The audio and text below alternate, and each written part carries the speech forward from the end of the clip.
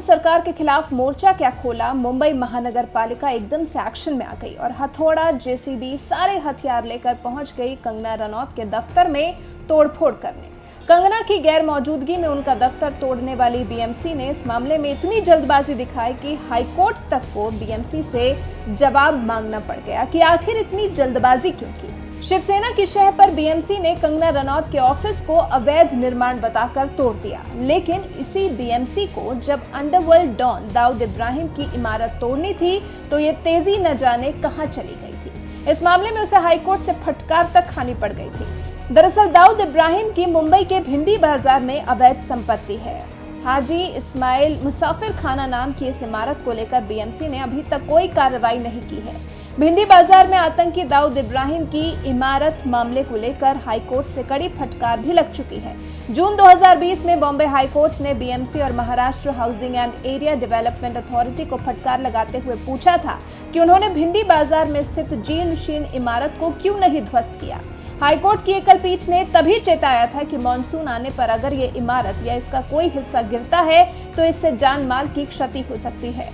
भगौड़ा दाऊद जब से पाकिस्तान में जाकर बैठा है तभी से ये बिल्डिंग खाली बताई जा रही है। अब तो इसकी हालत इतनी खराब हो चुकी है कि कभी भी गिर सकती है। लेकिन बीएमसी के पास शायद इस आतंकी की इमारत को गिराने का समय नहीं है, लेकिन कंगना का दफ्तर गिराना बहुत जरूरी लगा। बीएमसी की नजर कंगना के दफ्तर में तोड़फोड़ करने के बाद अब उनके खार वाले फ्लैट पर भी जा टिकी है, जिसमें तोड़फोड़ करने के लिए उसने हाईकोर्ट से इजाजत मांगी है। उधर कंगना रनौत भी दफ्तर तोड़े जाने पर भड़क गई हैं। उन्होंने सीएम उद्धव ठाकरे को ललकारते हुए कह दिया है कि तूने मेरा ऑफिस तोड़ा है, अब तेरा घमंड टूटेगा। इसके अलावा कंगना के समर्थन में भी बीजेपी के कई दिग्गज नेता उतर गए हैं। देखिए उद्धव सरकार की इस कार्रवाई पर उन्होंने क्या कुछ कहा है। अपने खिलाफ बात करने वालों को हम रास्ते पर रोककर मारेंगे और सरकार के समर्थन से हम ये काम करेंगे, ऐसा महाराष्ट्र के इतिहास में कभी नहीं हुआ। जो बात गलत है उसको गलत कहना ही चाहिए, लेकिन उस बात से महाराष्ट्र का जितना अपमान होता है या महाराष्ट्र पुलिस का जितना अपमान होता है, उतना ही अपमान सरकार जिस प्रकार की कार्रवाई कर रही है उस कार्रवाई के कारण महाराष्ट्र का पूरे देश में हो रहा है। अगर इलीगल कंस्ट्रक्शन है तो जरूर कार्रवाई होनी चाहिए, लेकिन सबके साथ ये कार्रवाई होती तो निश्चित रूप से उचित कार्रवाई होती। किसी ने आपके खिलाफ बात कही, इसलिए जब आप कार्रवाई करते हो तो ये कायरता है, बदले की भावना है, और महाराष्ट्र में इस प्रकार की भावना का कोई सम्मान नहीं हो सकता। बिल्कुल आचरण जिस प्रकार से महाराष्ट्र सरकार का है ये दुर्भाग्यपूर्ण है। मैं इसको कंडेम करता हूं, मैं इसकी भर्त्सना करता हूं। हिमाचल की बेटी कंगना रनौत ने सिर्फ अपनी आवाज बुलंद की, जिसमें जो है प्रतिशोध की भावना, बदले की भावना से उन्होंने ये कार्रवाई की है।